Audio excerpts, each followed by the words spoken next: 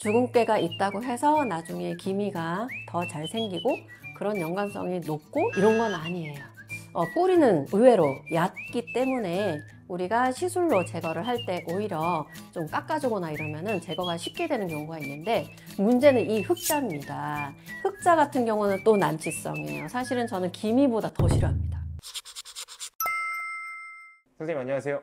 네, 안녕하세요. 네, 선생님. 이제 드디어 많은 중년 여성분들이 검색하시는 색소 침착, 기미, 주근깨, 검버섯에 대해서 한번 여쭤보려고 컨텐츠를 준비했는데요.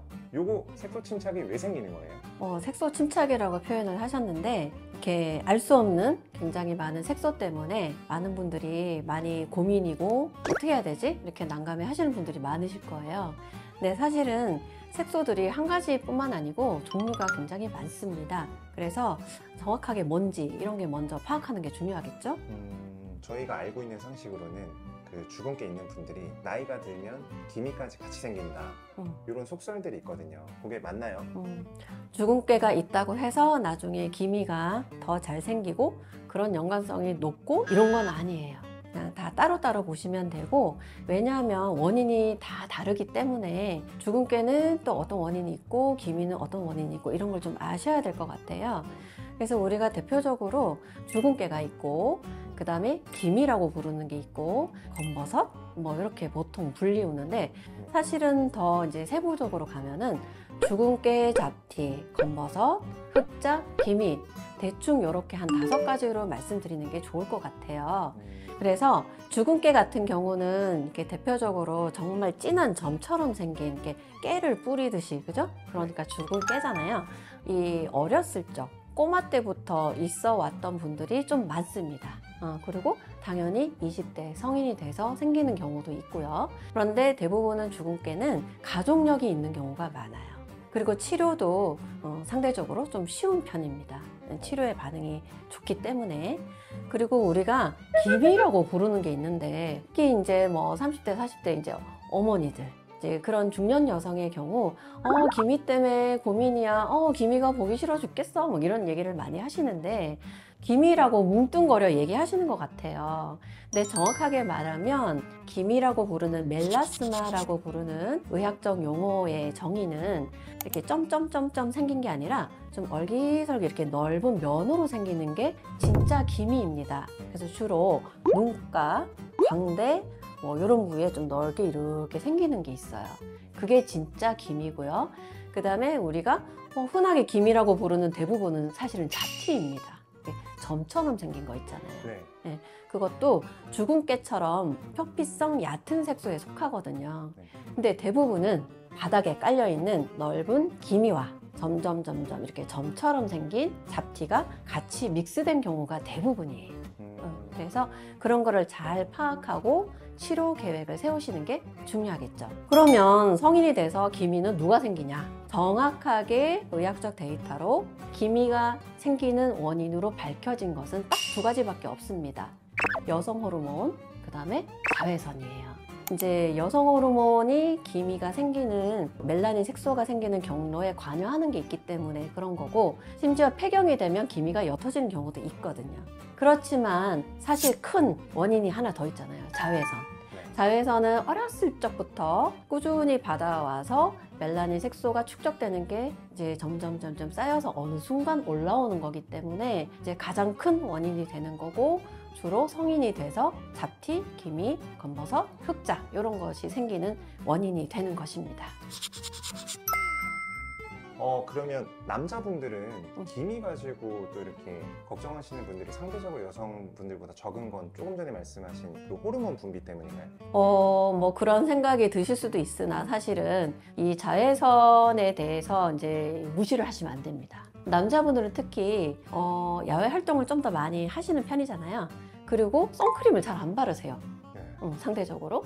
그래서 색소가 정말 많이 올라옵니다. 기미도 그렇고 잡티도 그렇고. 근데 다만 여자분들에 비해서 거울을 좀 잘 안 보시잖아요. 본인이 색소가 올라오는 것조차 인식이 좀 안 되거나 느리신 분들이 있어요. 그러니까 심해졌을 때 그때 파악하시는 분들. 그래서 사실은 여성보다 남성이 더 적다는 아닌 것 같고요. 좀 치료가 늦어지는 경향은 좀 있는 것 같습니다. 약간 무디어서 그렇게 느껴지는 거네요. 좀 그런 거죠. 그러면 마지막 검버섯. 응. 검버섯은 어떻게 생기는 거고 이거는 그냥 노령화가 되면서 생기는 자연적인 현상인 건지.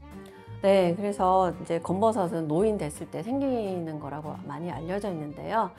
맞습니다. 노화에 의해서 생기는 게 맞고, 물론 햇빛을 많이 받으신 분들이 더 많이 생기긴 합니다. 네. 검버섯이랑 조금 비슷하게 생긴 게 흑자라는 게 있어요. 그것도 둥글둥글 듬성듬성 생기거든요. 근데 사실은 두 개가 전혀 다릅니다. 왜냐하면 이제 검버섯은 말 그대로 이렇게 튀어나온 것들이에요. 이렇게 솟아 있는 것들. 그래서 뿌리는 의외로 얕기 때문에 우리가 시술로 제거를 할 때 오히려 좀 깎아주거나 이러면은 제거가 쉽게 되는 경우가 있는데, 문제는 이 흑자입니다.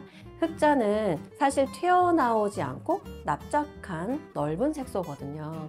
근데 이게 사실 기미나 잡티, 주근깨보다 훨씬 치료가 어렵습니다. 왜냐하면 뿌리가 의외로 깊어요. 그래서 이렇게 뭐 검버섯이라고 부르는데 사실은 흑자가 대부분이고요. 흑자를 제거를 했는데 막 다시 올라왔다 이런 말 많이 들리시거든요. 그 이유는 그만큼 재발률이 높고, 그 다음에 한 번으로 제거하기도 어렵고 이런 난치성인 부분이 있기 때문에 그런 말이 많은 것 같습니다. 네, 치료가 당연히 다를 수밖에 없겠죠. 그래서 정확한 진단을 하고 그에 대한 치료 플랜을 세우는 게 굉장히 중요한데요. 아까 이제 주근깨 말씀드렸잖아요. 주근깨는 대표적인 표피성 얕은 색소이기 때문에 얕은 색소의 치료에 사용하는 IPL이라든지 MD약을, 그다음에 치료 롱펄스 레이저나 이런 레이저들에 쉽게 반응을 해서 딱지가 딱 진 다음에 떨어져 나가면은 굉장히 쉽게 치료가 됩니다. 그래서 한 3, 4주 간격으로 3회 정도 하시면은 웬만하면 좀 깨끗하게 제거가 되는데, 문제는 가족력이 있고 좀 유전적인 경향이 있기 때문에 재발을 할 수가 있다 이거죠. 그리고 자, 기미. 네. 기미는 이렇게 넓게 깔려 있는 거라 그랬잖아요. 그래서 대표적인 깊은 색소 기미가 되겠습니다. 그래서 이렇게 얕은 색소를 치료하는 레이저로 빵빵 이렇게 세게 때리면은 절대로 치료가 되지도 않고 오히려 진해질 수도 있어요. 그래서 좀 주의를 요하는 그런 질환이 되겠고, 우리가 대표적으로 알고 있는 레이저 토닝이라는 시술이 있죠. 레이저 토닝이라는 시술은 뭐냐면 약한 레이저를 꾸준히 해가지고 깊은 색소를 조금씩 파괴해 가면서 치료하는 방법을 말하는 것입니다. 그래서 기미 치료는 한 번에 두세 번 만에 바로바로 치료되는 게 아니고, 레이저 토닝을 꾸준히 하면서 조금씩 좋아지는 거라서 좀 인내심이 필요한 거고요. 근데 만약에 나는 기미를 빨리 치료하고 싶어 해가지고 레이저 토닝도 에너지를 막 올려가지고 빵 때리면 기미가 또 진해질 수도 있습니다. 네, 그래서 굉장히 이거는 시간을 요하는 치료다 이렇게 딱 생각을 하셨으면 좋겠어요. 그리고 검버섯은 아까 또 이렇게 깎아서 잘 치료가 된다고 말씀드렸고, 네. 흑자 같은 경우는 또 난치성이에요. 사실은 저는 기미보다 더 싫어합니다. 그래요? 네, 그만큼 치료가 어렵고 재발도 잘하고. 그래서 이제 주근깨처럼 그래도 이제 얕은 색소를 치료하는 레이저를 먼저 하고요. 그래도 이제 안 되면 다른 방법으로 막 믹스를 하는 경우가 있는데, 최근에 리팟이라는 새로운 레이저 장비가 나왔습니다.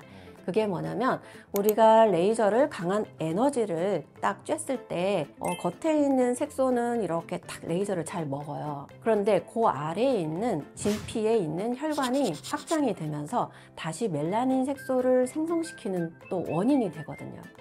근데 리팟이라는 장비는 이 혈관이 확장되지 않도록 막아주면서 겉에 있는 색소에 탁 레이저를 쏘는 그런 장비거든요. 그래서 원리상으로는 좀 재발을 줄인 거잖아요. 네. 실제로 좀 재발률이 좀 적긴 한 것 같은데, 그래도 100% 치료는 아니라는 점 알고 계셨으면 좋겠습니다. 선생님, 그러면 원론적인 질문인데 가장 궁금해하시는 게 깨끗하게 완치가 가능한가요? 아니라고 일단 결론을 내려야 될 것 같습니다. 어떤 이유에서죠?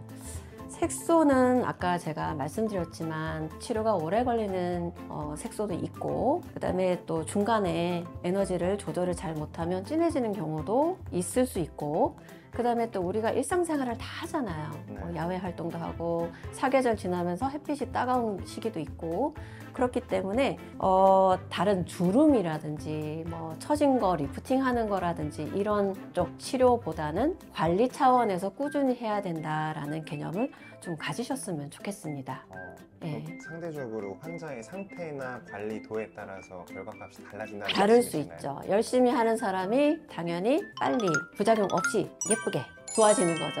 네. 예. 그래서 사실은 가장 중요한 게 정확한 진단 그리고 정확한 치료 플랜이 중요하죠. 요즘 뭐 무조건 레이저 토닝 10번으로 시작하시죠. 이런 데 되게 많거든요. 근데 그거는 사실 잘못된 겁니다. 네. 답답하실 거예요. 그런 데 가면. 선생님은 환자 상태에 맞춰서 프로그램이나 플랜을 짜주시는 거죠? 그렇죠. 여러 가지 레이저가 믹스해야 되면 그렇게 하고요.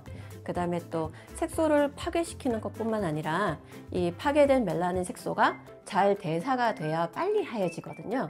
그래서 그 대사를 도와주는 어떤 비타민 관리라든지 앰플 관리라든지 스킨 부스터라든지 이런 거를 좀 같이 하시는 것을 권하고 있습니다.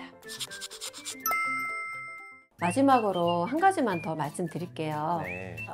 색소가 하나 둘 올라왔을 때 이제 올라온 것 같잖아요. 네. 그런데 사실은 오랜 기간 동안 이렇게 자외선도 받고 어떤 생활 습관에 따라서 서서히 속에서 멜라닌 색소가 올라오면서 어느 순간 겉으로 드러나는 것이기 때문에 당장 지금 있는 것만 없앤다고 해서 앞으로 영구적으로 치료되는 것도 아니고요. 좀 꾸준한 관리를 하시는 것을 추천드리고 싶고 네. 그리고 평소에 자외선 차단제 꼭 잘 바르시고요. 그리고 비타민C 화장품에 대해서 또 요즘 많이 핫하시잖아요. 근데 병원에서 관리하는 비타민C 케어는 이제 장비가 들어가기 때문에 피부 깊숙이 흡수가 잘 되는 편이에요. 그런데 집에서 바르시는 거는 아무래도 피부 장벽을 통과해서 깊이 들어가는 거는 한계가 있거든요.